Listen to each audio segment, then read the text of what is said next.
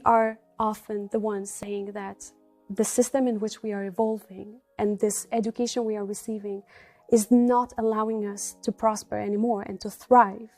And so having us more at the table would actually allow us to also have an influence on how we shape the education policies at the end. So societies are already realizing the stresses that they're under.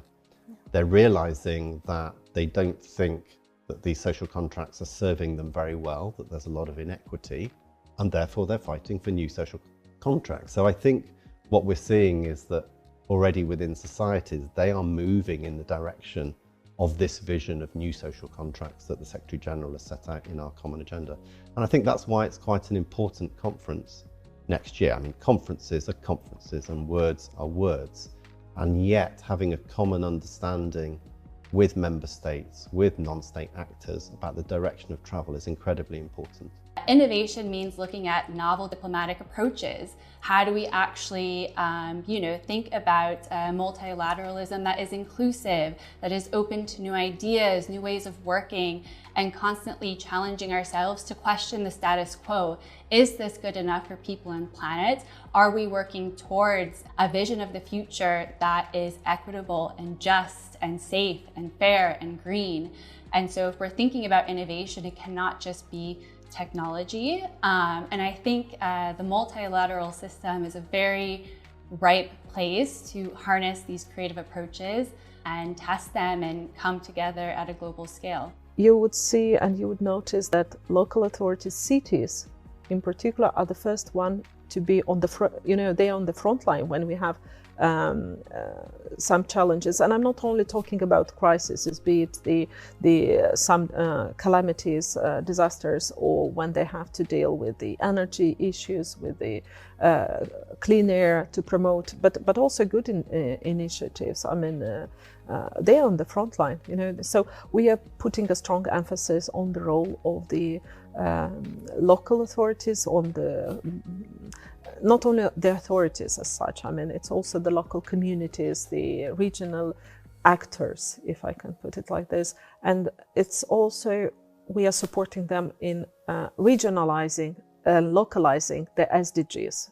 I think we shouldn't take this for granted. I think we are at UN Women looking very closely at each of the policy briefs, at the statements, working with member states to ensure that intersectionality is present, that we are not forgetting a specific approach.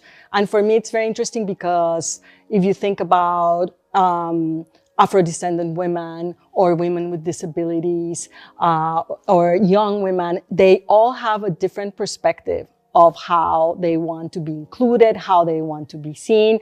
But in common, they all say nothing about us without us. And this is something that we need to make sure happens along the way, from the preparations to the summit, to the final declaration, to the actions that are going to take place afterwards. Yeah, I think the first change that needs to happen is that we have more evidence-based policies informed by the latest science, because what the latest science is telling us that we need to cut carbon emissions by 42% until 2030. And we can only do that with fossil fuel phase out, but none of the documents at COP or none of the outcome documents at COP call for that. We have nearly 2 billion young people in the world today, 1.9 billion. We need to touch them, the people who are there and whose voice needs to be heard and needs to have consequences for the decisions we take. So that's one set of issues. But there's a further 10 billion young people who are not born yet. They will be born before the end of our century. They're not there. How can they be represented?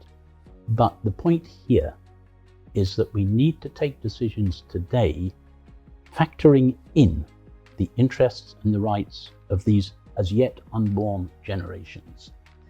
Now people are suffering, but markets are not. So it is the voice of the UN, the only one that is really pushing, for the recognition that this is a central problem, and we are calling it a crisis of development.